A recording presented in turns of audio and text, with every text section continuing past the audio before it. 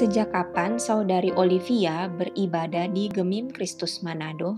Pertama kali yang saya ingat saat saya masuk di gereja ini itu waktu sekolah minggu.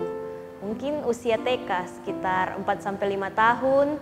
Waktu itu sekolah minggu masih dilaksanakan di persekolahan SD Ebenezer yang di Jalan Diponegoro. Karena saat itu gereja masih dalam masa pembangunan. Apa dampak yang diberikan Gemim Kristus Manado dalam pertumbuhan rohani Saudari Olivia? Dampak yang diberikan gereja dalam pertumbuhan rohani saya selama ini, mulai dari kecil sampai sudah usia saat ini, tentunya sangat banyak.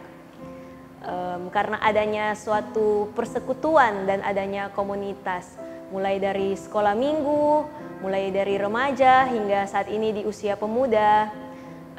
Saya selalu terdorong untuk melayani Tuhan melalui setiap persekutuan, melalui setiap komunitas yang ada. Apa pengalaman yang paling berkesan selama Saudari Olivia bergereja di Gemim Kristus Manado? Pengalaman yang paling berkesan selama saya bergereja di Gemim Kristus Manado, yaitu saat saya terpilih menjadi Ketua Komisi Pelayanan Pemuda Gemim Kristus. Saya yang awalnya sangat pemalu, gugup kalau bicara di depan, dan Tuhan percayakan untuk menjadi pemimpin di tengah-tengah generasi muda yang ada di Gemim Kristus. Apa harapan dari Saudari Olivia, khususnya terhadap generasi muda yang saat ini dipercayakan Tuhan dibawa kepemimpinan Olivia sebagai Ketua Pemuda Gemim Kristus Manado? Yang ada di gereja ini agar bisa berdampak bagi gereja ke depan.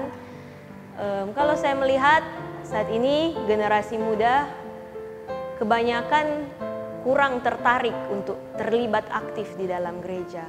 Karena itu apa yang menjadi kerinduan saya adalah generasi muda banyak terlibat dalam pelayanan, dalam persekutuan, dalam komunitas di tengah-tengah gereja ini.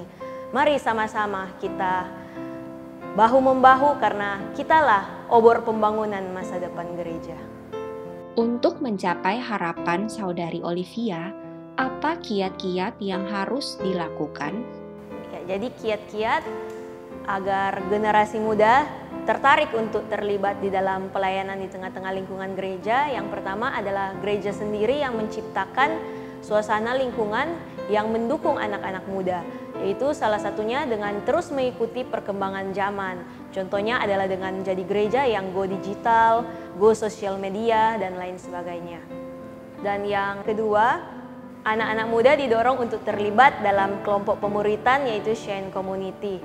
Sehingga anak-anak muda ini ada teman-teman sebaya di mana bisa menceritakan keluh kesah, bahkan bisa saling mendorong untuk terlibat dalam pelayanan dan bisa ada teman yang saling menopang satu sama lain dalam menjalani kehidupan sebagai generasi muda yang tentunya tidak mudah. Bagaimana pandangan Saudari Olivia terhadap Gemim Kristus Manado?